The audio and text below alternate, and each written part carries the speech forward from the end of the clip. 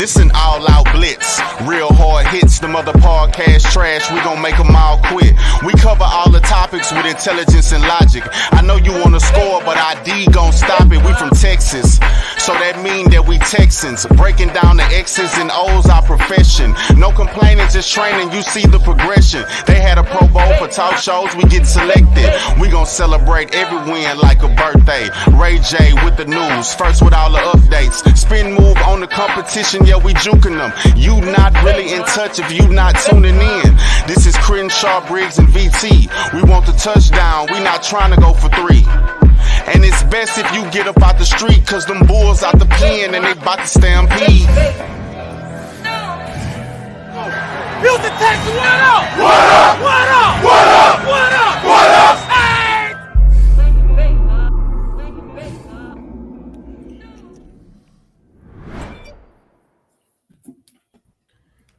Hey everyone, welcome to the Texans Fan Battle Podcast. I'm your host once again, Matthew Briggs, and always with me I got my amazing trio. First off, I got my A1 since day one, Mr. Crenshaw. Say what's up to the folks. What's the deal? What's the deal? And he's starting fights with everybody. It doesn't matter if it's your mama, your sister, your cousin. If you're on Twitter, he don't like your opinion, he's gonna fight you about it. We got this space legend, Mr. BT. Say what's up. What's going on, guys? And guys, of course, if you follow Texans, you know this guy very well. Some good stuff everywhere he goes. We got Mr. Jonathan M. Alexander. How you doing, sir? What's up, fellas? How y'all doing? What's up, man? How you enjoying free agency? A lot of news for you? Yeah, man. Super busy, man. They made some interesting signings, so it's been good so far, man. Well, thank you for taking time off your busy schedule to talk with us. We greatly appreciate it. Guys, y'all usually know we kick it off with NFL news, but today we only got Jonathan for 30 minutes. So we're going to kick in right to the good stuff. Let's talk about some Texans news. This week they made some pretty good signings. Dalton Schultz, Singletary from the Bills, and Perryman, which was kind of shocking. Everybody thought they moved on. So, Jonathan, I'll start off with you. How did you like these signings, and what does that mean for the rebuild? Yeah, I think I liked Dalton Schultz in particular, and I like Singletary. And I like Perryman too, don't get me wrong.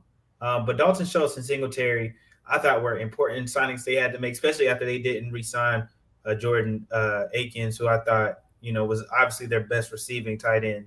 But Dalton Schultz is an upgrade. He's a young guy. He's done it before. I think he had 800 yards a couple of years ago. So the guy can ball, and he still has time. Singletary, I was hoping they weren't going to go straight through with Mike Brown. Nothing against Mike Brown, but I don't see him being a number 2 back to Damian. I didn't see him being a number 2 back to Dameon Pierce. But Singletary is a guy who, can catch the ball about backfield, can run the ball. He's a good back, and I think they were running Dameon Pierce into the ground. So I thought that was a good signing. So they don't overrun Pierce, because obviously the shelf life on running backs is very, very short. So you need somebody. And if they want to be a power running team, they got to have more than Dameon Pierce. And then Denzel Perryman, I think Denzel Perryman is a pretty good signing. I covered him a little bit when he was in Carolina for a brief stint. He's a great run stopper. He'll help out their run defense. Is very good at that. Is a good tackler. Was a Pro Bowler in 2021. But the thing that concerns me about Denzel Perryman, he's never finished an entire season. He's been hurt every year of his career, and that is a legitimate concern. Also, his pass coverage probably could be a little bit better. And in DeMeco Ryans' defense, you need a great middle linebacker who could cover the middle of the field in that cover 3 defense that he runs. So I think that concerns me a little bit. But it is an upgrade, though. It is an upgrade, and if you can get him healthy, what is he, about 30 now? If you can keep him healthy, then he's solid. But I do think the Texans made some upgrades across the board, though. So basically, he's pretty much a gap year until we get the right linebacker that DeMeco wants to fit the.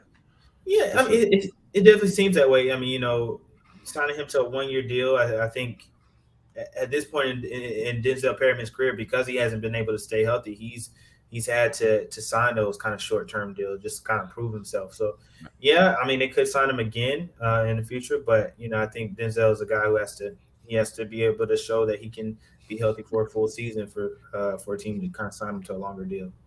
Oh, most definitely. Well, Chris, man, I'll kick it off with you. Which one was your favorite, and who you most excited to see? Yeah, it got to be Dalton, man, because we ain't had a good tight end really since Owen Daniels. CJ was a good tight end, but his career wasn't that long here. And we just been going through tight ends, going through tight ends, going through tight ends. So I really like Dalton, pretty good pass catcher and everything. I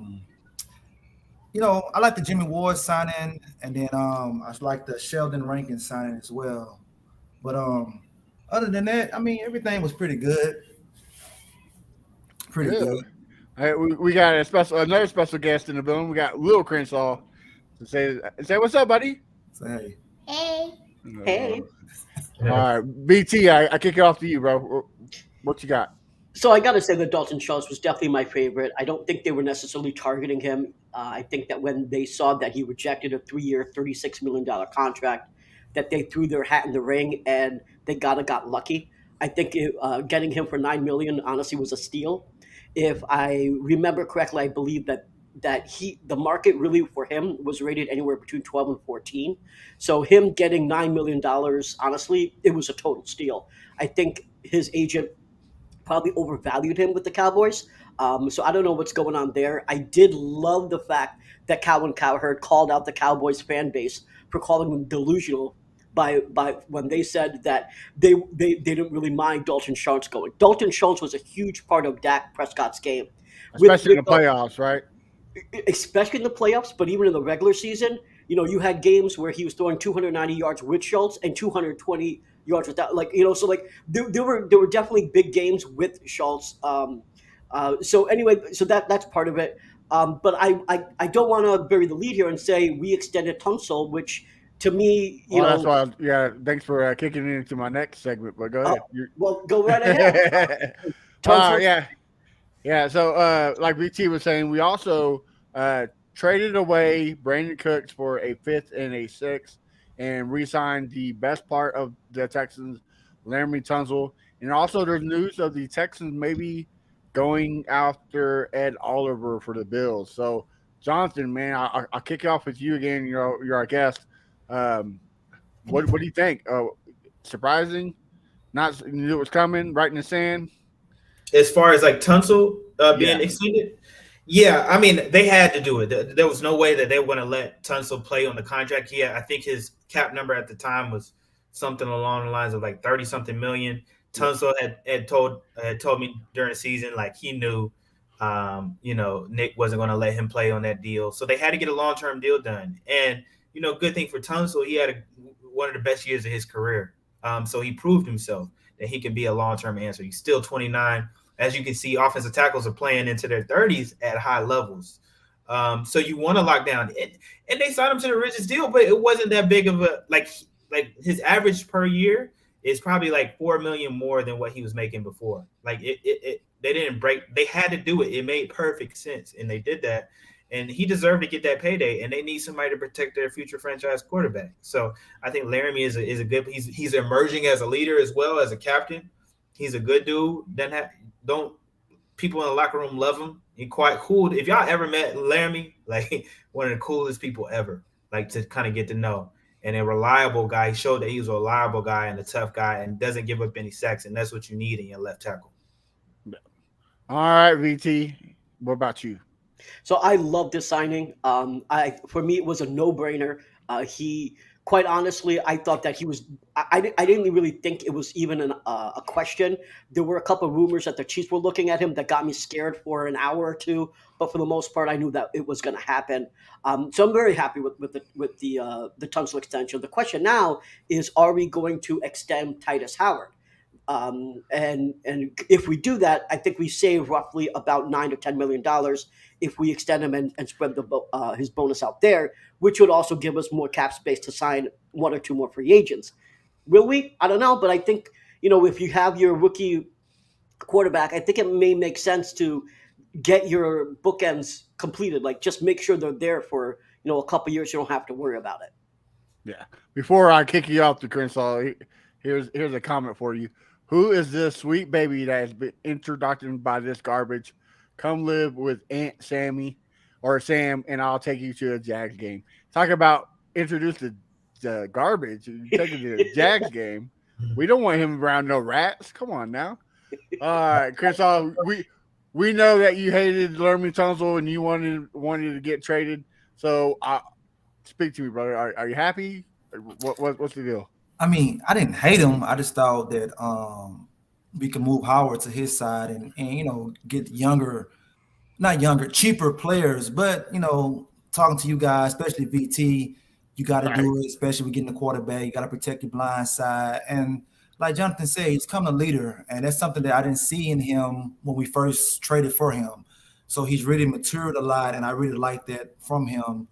I like what the offensive line as a whole is doing, except for that center position. We need to get that center position right. But other than that, I just can't wait, man. It's going to be a beautiful thing because this offensive line has been terrible for years, and we need to get back to the glory days.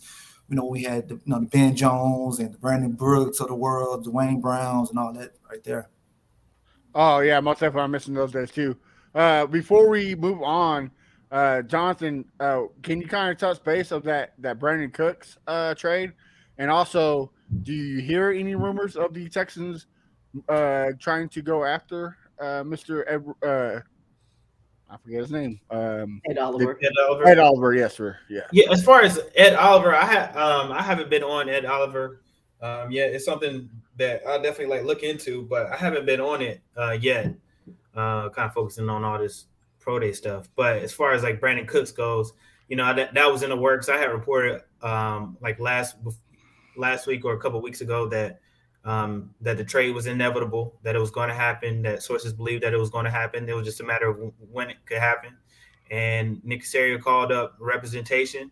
They figured out a way, called up Cowboys, and they figured out a way to get it done. They had the whole time, the whole issue was Brandon Cooks is $18 million in guaranteed salary. No team wanted to take on that much money. Texans were fortunate to get Cowboys to take on $12 million while they pay $6 million. They got. I mean, it was a deal that needed to be done, and they got a 5th and a 6th round pick. Had Brandon Cooks been coming off a 1,000-yard receiving season like he had, in the previous few years, Texans maybe could have got a 4th round pick for him. But 5th and 6th was what they could get because he struggled last year, and the Texans offense struggled last year. They didn't have much of a passing game. So I thought that the Texans, did what they could out of that deal, but at the same time, they probably shouldn't have extended him to that contract and got themselves in that situation. So, that was unfortunate. That was a bad deal done by Nick Caserio. They're paying for it a little bit, but at least they got some, draft capital out of it. Oh, most definitely. Jonathan, let me ask you a question because what some of the reports out of Dallas were saying that at the time of the trade deadline, the talks were that Dallas wanted us to pay $10 million of the contract, and they were willing to give up a 3rd round pick, and that Nick was trying to push for a 2nd round pick, and they couldn't really get to terms, and that's why it ended at the trade deadline. Is that what you've heard? Is that valid, or is that not really what happened? Yeah, I mean, so from my knowledge is that the Texans the whole time were hoping to. They were trying to get, from what I heard, a 3rd round. They were trying to get and I don't know the exact specifics, but I know they were trying to get as high as draft capital as possible, and they were trying to get somebody to pay, the majority of that contract. But teams didn't want to pay that contract, especially at that point in time at the trade deadline. That they were hard pressed to find somebody to agree on such short notice, and the Texans weren't in a position at the time because of their salary cap. They didn't have any money in salary cap during the middle of the season. They weren't in a position to take on Brandon Cooks' contract, so they couldn't do that, even if the Cowboys wanted them to. So that's why it had to happen after the season, when they had more salary cap money and they could take on part of the deal. So that's ultimately what happened, and they had to get in a better financial situation. And teams knew that. Teams knew that the Texans teams knew their salary cap situation. They knew that they had to wait till the offseason, so they were going to get the better deal out of it and have to give up the less capital. Okay. All right. Well, my host from the AFC South Fan Battle, Sam, she kind of helped me segue to our next subject. She got a question for you. After a pro day with Frank Reich in town, do you think CJ Stroud was grabbing his family to run away from him? And do you see getting picked up by the Texans? So, Jonathan, you were there. Was CJ running away from Frank? No, he went. I really don't think he was just trying to go see his family, and then Frank Reich and some other Panther staff were kind of behind him, and it was very awkward. But I guess they were trying to like show that that they like this guy. But he wasn't trying to run away. He was trying to see his family. Then he went to go talk to him, had another conversation with him. I do think the Texans would draft him if Bryce Young wasn't on the board. And while I do think that the Panthers right now would probably favor CJ Stroud, I think I think some people view him as probably like as far as being that he doesn't have the concerns with his height versus Bryce Young.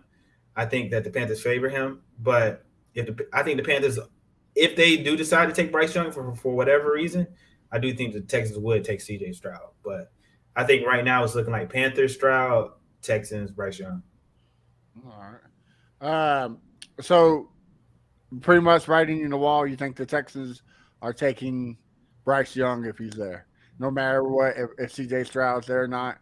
It's going to be Bryce Young. Is that your opinion, or you think so? Well, one of those guys is going to be off the board because the Panthers are taking one of those quarterbacks. So you don't think it'd be a curveball and they go after Anthony? Zero chance. 0%? Okay, Zero chance. I can see that. I can see the Panthers trading down with the Texans and letting the Texans trade up to number one, but the Panthers are going to take one of those two quarterbacks, and the Texans are going to take that other quarterback. Okay. Out of those two quarterbacks, which one do you really like? Personally, I would feel a little bit more comfortable. I think Bryce Young is the better of the quarterback, but not by much. But I'd feel a little bit more comfortable with CJ Stroud because of the size that he has. I am a little concerned about the durability of Bryce Young. I think Bryce Young is the best quarterback talent-wise, but he's 5'10". He just weighed in at 200-some pounds, and he was 194 before that. Like, we haven't had a quarterback that small in the league drafted in the first round. And he had injuries at Alabama. He could have injuries in the NFL with bigger guys, faster guys hitting him. That would concern me. I mean, you're seeing issues with Kyler Murray, who's a bigger guy, have injuries. You're seeing guys like Tua having trouble staying healthy, who's a bigger guy. Both of those guys are bigger than Bryce Young. And it doesn't take away from the talent. I think Bryce Young is a talent, but the injury would concern me a little bit. And I think you wouldn't have that same issue with CJ Stroud. But I do think Bryce Young is a better overall player, but not by that much. Okay, so what about Jimmy Garoppolo and Trey Lance? They're bigger guys, taller guys, and stay injured as well. Yeah, they stay injured as well. I mean, that's definitely a concern. Jimmy Garoppolo can stay healthy to save his life. I would give Trey Lance a little pass. It's only been 2 years for him, and I don't know. I don't even think the jury's sold on Trey Lance as far as talent wise. I mean, I think he has talent, but can he put it all together? I'm not really sure. But I just think Bryce Young's size makes him susceptible to injuries, and that scares me. But I do think if he's there on the board, you still got to take him. The talent is just so good. You can't pass up on him, and you need a quarterback, and you take the chance. So if he's on the board, yeah, take him for sure. But it does concern me. I do have a little bit of concern. Okay. So what would you take away from this? If as a Texan fan or Texan writer, what would you take away from this pro day? Anything that should be if you're a Texans fan, you look at this pro day, you say, dang, if the Panthers don't take CJ Stroud, well, at least we're going to have a good quarterback. Regardless. Okay. One of those two guys is going to be good. Everybody you talk to says these guys are going to be starters in the league. These guys are going to be good. They have the talent. It's just health. Can they stay healthy? So regardless what the Texans do at number 2, that one of those quarterbacks is going to be good. So we know CJ Stroud can ball, and we know a lot of NFL teams are very fond of him. So if the Texans get him, great. If they get Bryce Young, great too. Okay. BT, Let do me you have a question? Go ahead. Yeah, I got a question here. So, if I have to choose between Bryce Young and CJ Stroud, I'd rather have CJ Stroud, really for the reasons that you mentioned in terms of size. Um, Dan Orlovsky was on Pat McAfee, and he was talking about, and he believes that CJ Stroud is a better of the quarterback, um, not just from a size point of view, but from an accuracy point of view. But Mhm. he also talked about some of the concerns, and I also share some of those concerns. And I was just wondering if you do. So some of those concerns were that um, if you look at all the quarterbacks, even if you look at Florida, Kentucky, Alabama, they did not have the receivers that CJ Stroud had. So his Mhm. receivers were able to get separation consistently. Yeah. He was able to go through his first read. I believe the stat was like 73% of the time, if I remember correctly. He also had multiple O line uh, in this draft. So he had people protecting him that are going to go in the first round, whereas that is not the case, for Kentucky, Florida, Alabama, etc. Right. So the point is that he had the best O line and the best receivers. And do you think that he's going to be able to reproduce what he did in Ohio with having not the best situation the way he had the best situation in Ohio? Yeah, I think in today's league, what you're seeing is like you have to have an offensive line and you have to have weapons to succeed. Every team that's having success has an offensive line and some sort of weapons. Like the Chiefs have weapons, the Eagles have weapons, the Dolphins have weapons. So like they're going to have to put. You don't want to put your quarterback in that situation, and who you don't really know because we haven't seen CJ Stroud without those weapons and without those pieces. I mean, he's been gifted with a lot of great weapons, and obviously, we would love to see him without those. But ideally, the Texans don't want to put C.J. Stroud in that situation. They don't want to put him in a situation, which is why they shored up the offensive line. I still think they need a center, but it's probably why they'll draft a wide receiver within one of those first 33 picks. So I think even though you wonder can he do it without the same talent level, and he's going to have to in his first year. I think what they're going to end up doing eventually is they're not going to expect him to take them to the playoffs that first year. They're going to try to put pieces around him so he can succeed. I think that's the goal that you're seeing a lot of these NFL teams do is try to put the more pieces you put and weapons you put around these guys in offensive line, the more likely they are to be successful. Bengals too. I meant to mention the Bengals. They improved their weapons tremendously. So you have to do that in today's NFL to have success. So one more question about CJ Stroud. So one of the things that he mentioned at the combine was that he wanted to use his legs more. And I was trying to rattle my head and just think like, have we really seen someone that was not necessarily a statue in college, but for this argument, I'm just going to call him a statue, and then changed in the NFL? I don't know if that's happened. I'm just wondering from anything you saw at the pro day, because he didn't run a 40 either. Do you think there's a chance that he actually becomes more of an athlete? Because I know he was a basketball player before too, right? Yeah. So he was an actual athlete. Do you think that we'll actually see him use his legs more once he reaches the NFL, or is that a pipe dream? No, I think he didn't have to use it as much at Ohio State. Like we mentioned, right? He had all those receivers who were open. He didn't have to take off. And I think he mentioned that as well. But when you saw it, he had to run a little bit when they played against Georgia. Georgia had him on a run and he was making throws. He was hitting guys. He had his best game against the best defense in the entire country. Balled out. Yeah. One of the best teams of all time, probably. And he balled out, and he showed that he can do it with legs. I think he answered those questions in that game. And I think he has athleticism. He just hasn't had the opportunity to, or hasn't had the need to really use it as much. And what he said at today's pro day was, teams really aren't asking him to show off his athleticism like that. So he didn't feel like the need to run a 40. So I think people are comfortable with him. I think they think he has the ability to take off and make off script plays if he's needed to. Okay. I got something for you.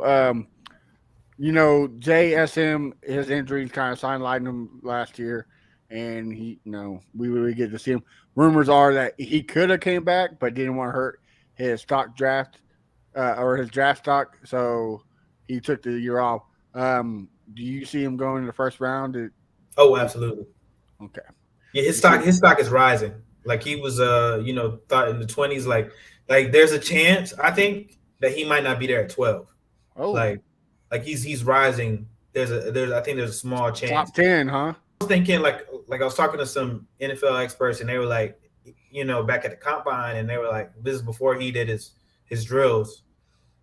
They were like, Texas might should trade back, to get a receiver, to get more draft capital. And after his combine performance and then his pro day, they were just like, yeah, they can't trade back anymore. Yeah, it's over for that. Like he might not even be there. I think who's there? There's somebody at either 9 or I can't remember who's at 9 or 11. But it's somebody Quentin Johnston. Yeah. Well, no, it's a team. I don't know who's picking at the Bears. Like the Bears. The Bears just got DJ Moore, so they might be less likely to draft a wide receiver. But who's to say they wouldn't? Take Jackson. I mean, they want to add weapons around Justin Fields. Justin Fields played with Jackson, so they need a tackle, right? I mean, don't you think that's their number one priority? Or I marked them to draft a tackle because it is a need. I marked them to draft a guy from Northwestern. Peter Zolski or something like that. Yeah. And I think they will. However, it wouldn't shock me if they was like if they fell in love with Jackson, because I do know they want to add as many pieces around Justin Fields in order to make him successful, so they're not having to draft early next year. Right, and the window for Derrick Henry and Ryan. I mean, I think Ryan Tannehill needs to be gone anyways, but the window for Derrick Henry and Ryan Tannehill is closing. I mean, the Titans. I mean, that wouldn't be a bad pickup. I mean, I don't think Trey Burks is the answer, but they definitely need a receiver. I mean, I think that he'll be there at 12, but there were some people there at today's pro day who were like less certain that he'd be there at 12 than they were before. So if he's at 12, would you take him? Oh, absolutely. Okay. I think he's the best wide receiver in the draft. So that was my next question is who were you picking at 12? But that's the answer, huh? I'd pair Bryce and JSN together. Okay. You wouldn't go defense, wouldn't. No, I do. I think that there's a better chance for them to get a really good defensive end at 33 than there is. I think all the top defensive ends that could be there at 12 will be gone that are worthy. Like, I think it'll be a reach based on the guys who I think will come off the board. That's why. But if Wilson's there, you take him in a heartbeat. That guy's great. Right. Absolutely. If Jalen Carter falls, I was about to ask what Carter take him too. I take him too. Like, if you can get one of those guys to somehow fall, absolutely. But I also think they could get Kenyon White at 33, and I think Kenyon White is going to be really good. So, that's why I think that. Let me ask you this question about receivers. My thinking is that you go quarterback at 2, obviously, and then at 12 you probably, I think, go edge.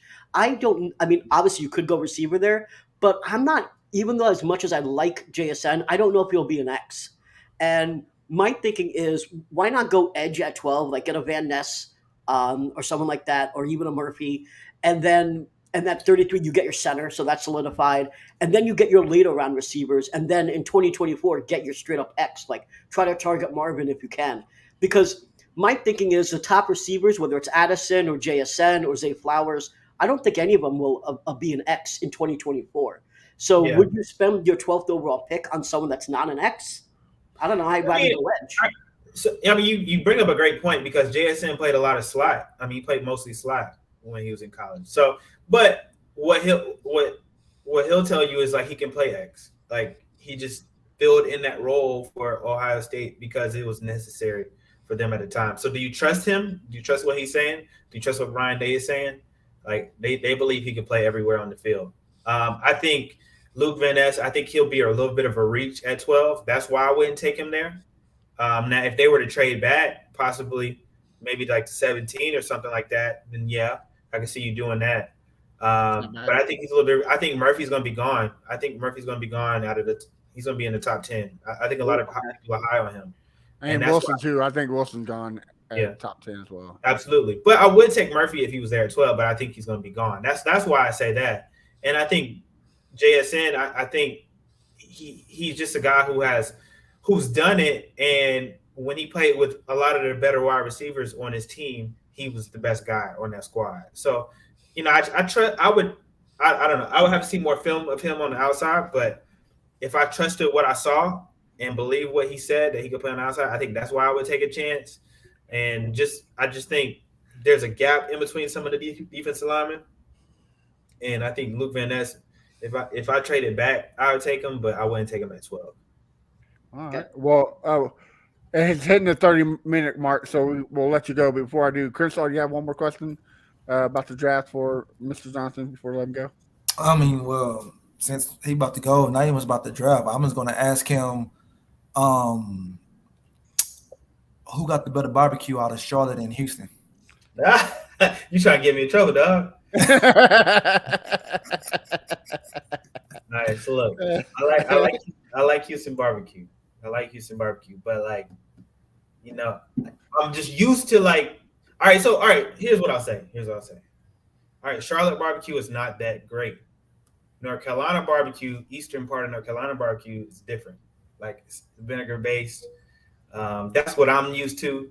That's what I'm used to eating. So I think Eastern North Carolina barbecue is number 1 in the world. But look, Houston likes their brisket. See, North Carolina is like pulled pork. Houston likes their brisket. I like brisket. I don't love brisket, but I like brisket and I respect it. It's one of the better. But if I'm gonna say barbecue and I'm gonna get from one part of the country, it's always gonna be Eastern North Carolina because that's my roots. That's what I'm used to. Okay, all right. So, are you Duke or North Carolina? All right, so I cover both teams. So I can't have an allegiance. And even if I did, I would never tell because those both would come after me. Like when I tell you Duke and North Carolina hate each other, like they hate each other.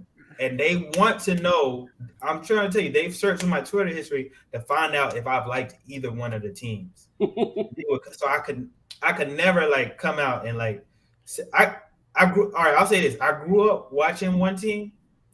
Oh, yeah, I'm gonna really get in trouble. But I grew up watching one team. But how about this? I've grown ever since I stopped covering them. I've grown to like to watch both win, and they get mad at me when I say that too. So I like seeing both win because I've covered some of the players on Carolina's team currently, and I've dealt with some of the coaches on Duke's team. So I like both, and that's the truth. Okay, so all right, last one. Since you were a low-key chef, what's your favorite dish to make? So all right, I used to work in at Five Guys for like 5 years, which is why I had the argument with Landry not too long ago. But so like I'm a steak person, so I can make a good steak and some sweet potatoes, casserole and some spinach, and that's my go-to, and I make it the best. So that's me right there. Okay, so before hold on. VT, ask the question. VT, ask the question. I was about to ask you. Okay, well, Matt, ask the question. Before we let you go, medium rare, well done. What is it? Okay, so you can never have steak well done. Yeah, that's a no-no. That's a no-no. Never. I like mine medium though. So I don't do medium rare, but I like mine medium. But you can never have steak well done. That's a no-no. Chris, are you writing this down? You taking notes? Chris, you got steak well done? Yeah, well done. forever.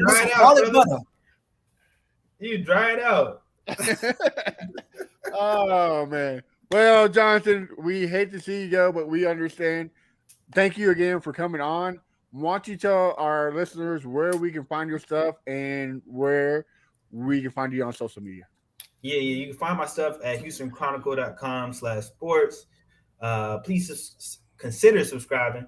We'd very much appreciated it. Please follow me and my colleagues' work, Brooke Brooks Cabina. We work together. You can find me on Twitter at JONM Alexander on Twitter and Instagram JONM Alexander _. So thanks. All right. Thanks. I appreciate y'all having me. This is fun. Don't be a stranger. Oh yeah, most of we have to come back Thank you very on much. after the draft. So we'll reach Thank out. you. Appreciate you, man. HBCU. Appreciate you. Hey, absolutely, absolutely. Where'd you go? TSU. Okay, yeah. I went North Carolina Central University. Proud. Already. Yeah. There you go. Appreciate yeah. y'all. Thank you for coming on. You have a good night.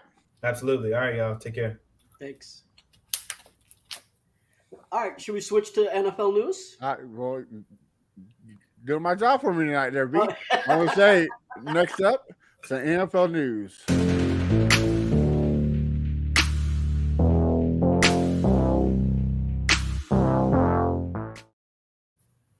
All right, so NFL news, BT. You've been more dialed in. Talk to me. What you got? All right, so what I think was the biggest news today was Elijah Moore. Elijah Moore went to the Browns. So they sent Elijah Moore and a third to Cleveland, and Cleveland sent back a second. So I actually think that Elijah Moore is a great talent. I think that him and Watson should actually have some chemistry. I'm going to be unbiased about this. But yeah, I think they're going to have some good chemistry there. I just think the price was a bit too much. So it's not like I'm not mad or anything. Like if someone's asking why didn't we do that, that's too much. I'd rather build through the draft, whether it's this year or next year. But one thing I will say is Cleveland, they don't really have any more picks.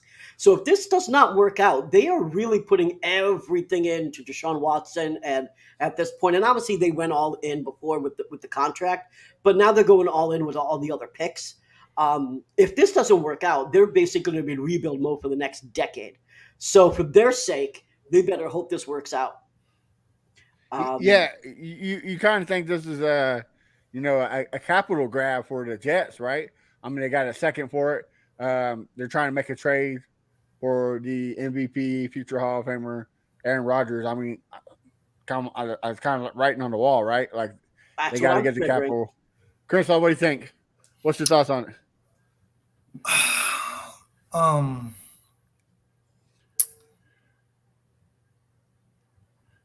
What was the question? No thoughts on Elijah Moore? Because I know you liked him. I mean, I really think we should have went for him, but after we seen what they gave up for him, I think that was too high. And VC, what you said a few minutes ago, you got me thinking. That's what I was looking at right now. You got me thinking about, can JSN be the X, and should you get the edge, the center, and then get your X next year? And you really got me thinking about that right there. But the only guy that's worthy of that is Marvin Harrison. Mm-hmm. But do you think we're going to be bad enough to grab him? Because I think he's going to go like what Julio Jones went, like top 5. I think he will go top 5. So that means that we're all praying that the Browns go 0-17, right? I mean, like right. If the Browns pull a Browns, we got it. Like so, but it just I would hate to give up multiple first round picks to get a wide receiver. For quarterback, yeah, but for wide receiver, like he better come out the gate, win Rookie of the Year, All Pro out the gate to give up those picks or whatever. And the thing is, I know this might sound strange, but I think he's almost more. There's less stress with him, frankly. There's less of a risk, I should say. There's less of a risk with him because he's a receiver. With the quarterback, they have to do a lot of things. They have to read well. They have to be a little bit of an athlete. They have to have chemistry. And obviously, yes, receiver has chemistry with the quarterback as well. But they literally have typically one job, right? A quarterback has plenty of jobs. So having a quarterback work in the NFL, I think is much bigger of a crapshoot than if a wide receiver works in college the way that he worked. I would not actually be opposed to giving up multiple draft picks for him. I think he's worthy of that. I think he could be our Chase. And yeah, I mean, like, and literally be our X, right? So like, I think it's worth it. Quarterback. The reason why I'm more hesitant on a quarterback is because it's always a crapshoot. You look how many times we've talked about bust so many times. Quarterbacks bust at a higher rate than other positions because it's so difficult. So yeah, Crenshaw, I would say I would give up those picks for him versus a quarterback. To be fair, we only picked the quarterback twice in the first round. One I'm was not talking run about by. just. Oh wait, I know. I'm just saying, one was run by the Texans, and one was run by his freaky nature. So, you know, that wasn't our fault. But So is Marvin Harrison really that good to trade up for, or he just had a really good season? Because he only had like one good season, just like JSN had one good season. What if this new quarterback that comes in and their chemistry is not like how he had with CJ and his numbers take a dip?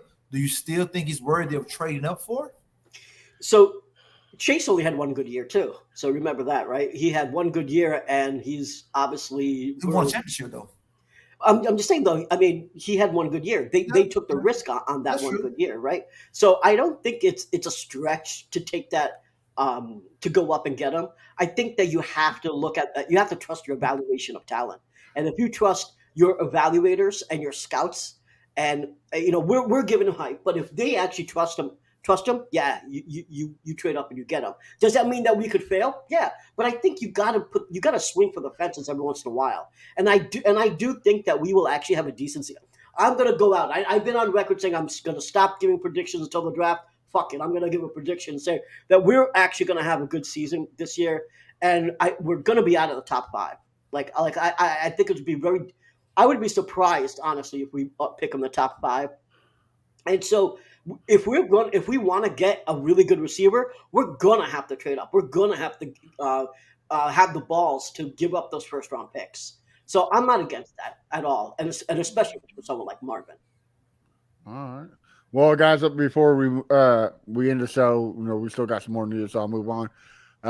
Foster Monroe. Did I say his last name?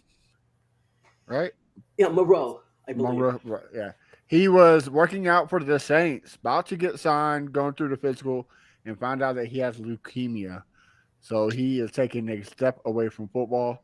So we just want to say, hey, man, we understand what we went through with John Mechie. So the Texans family wants to give thoughts and prayers to Foster.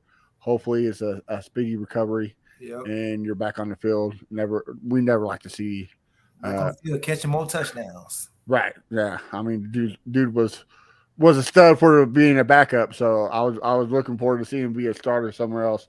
All right.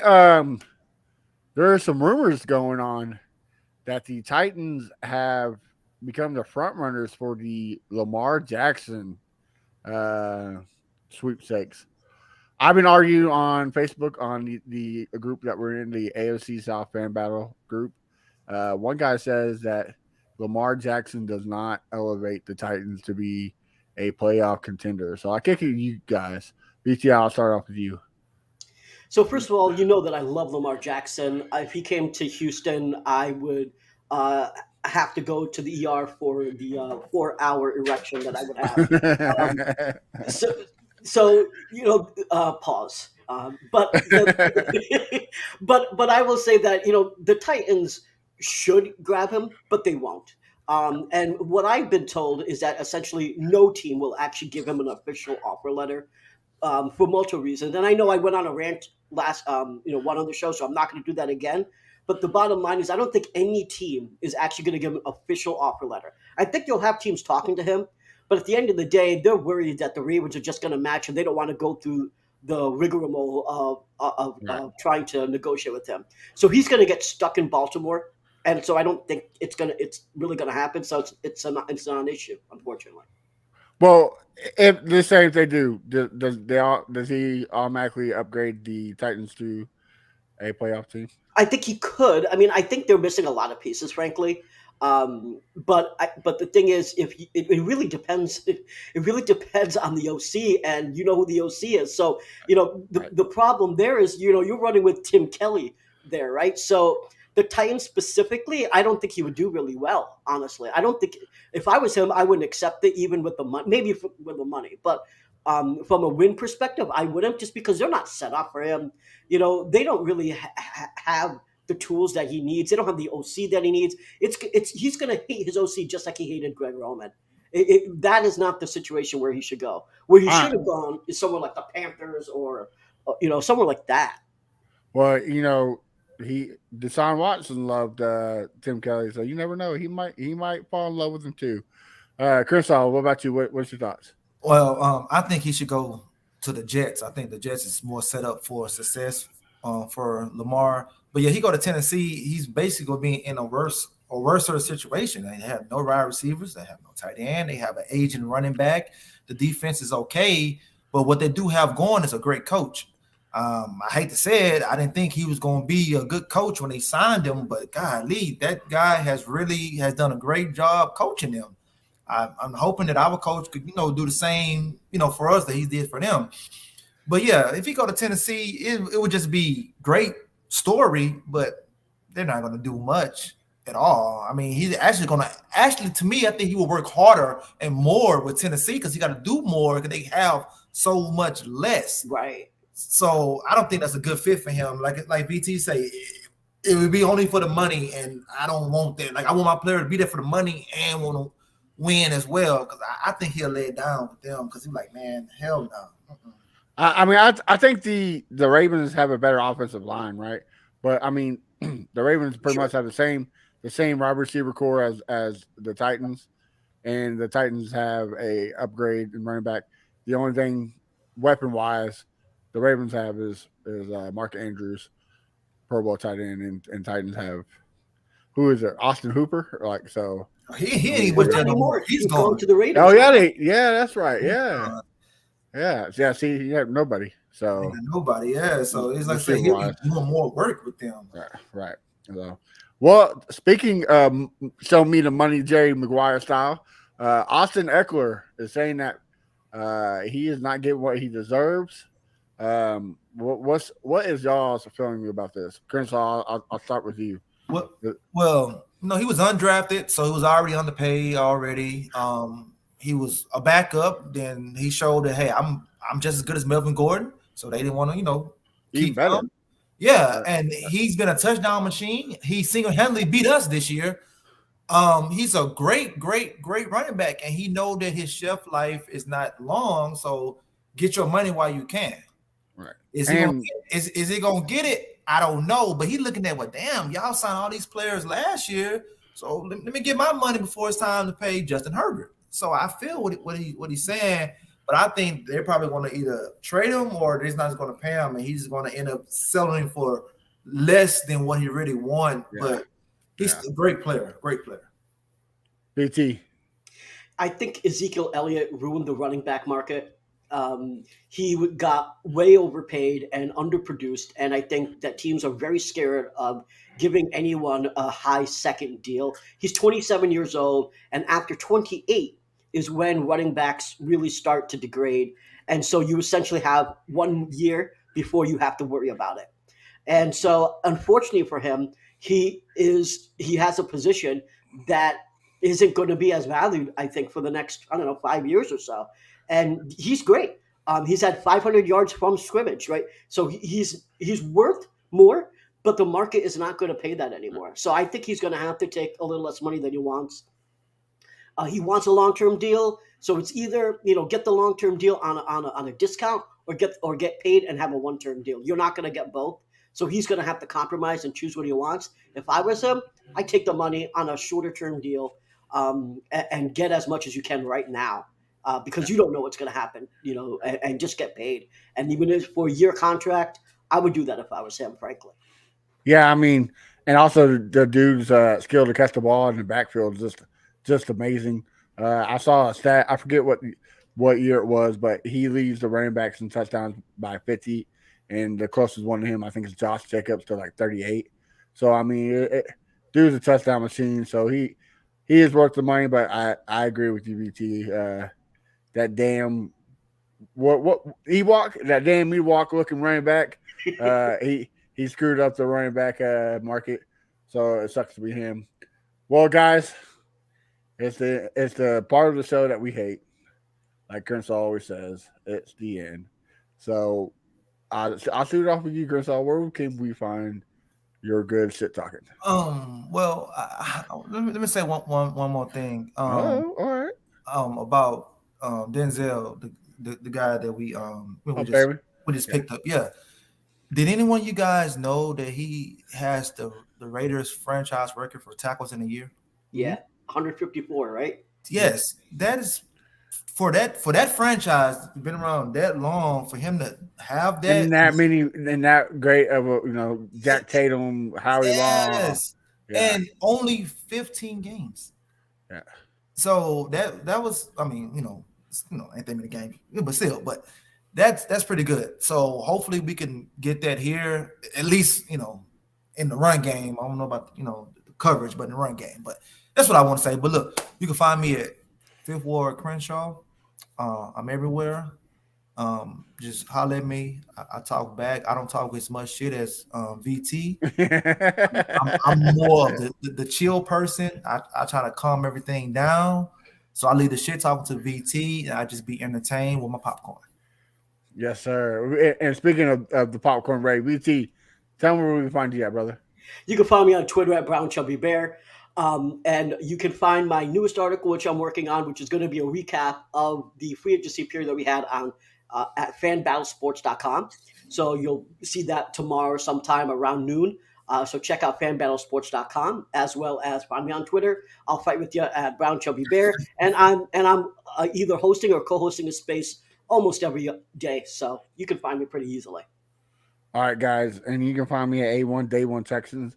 And we kind of mentioned it, but we didn't break it, but we're breaking it now. We got a new website for the network. It is www.fanbattlesports.com. Make sure you check it out. You can find BT's great stuff there.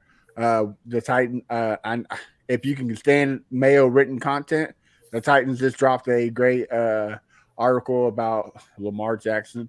So check it out there. You can find all the great stuff. So again, make sure you follow it, fanbattlesports.com.